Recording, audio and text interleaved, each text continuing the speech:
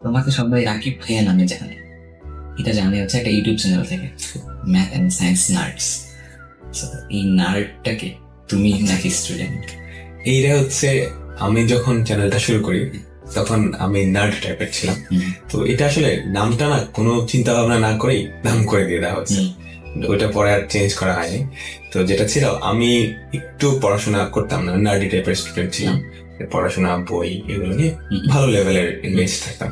সেটা 9-10 এইচএসসি ইউনিভার্সিটিতে উঠেও কিছুটা। সো ওই জায়গা থেকেই, আর যখন আমি শুরু করছিলাম তখন কিন্তু আমি নর্মাল জিনিসটা, আমি একটু কঠিন টপিক গুলা নিয়ে ভিডিও বানাইতাম, যেই টপিক গুলা দেখা যাইতেছে মানুষজন সহজে বুঝতো না, অ্যান্ড ইউটিউবে বা অনলাইনে রিসোর্স খুবই কম।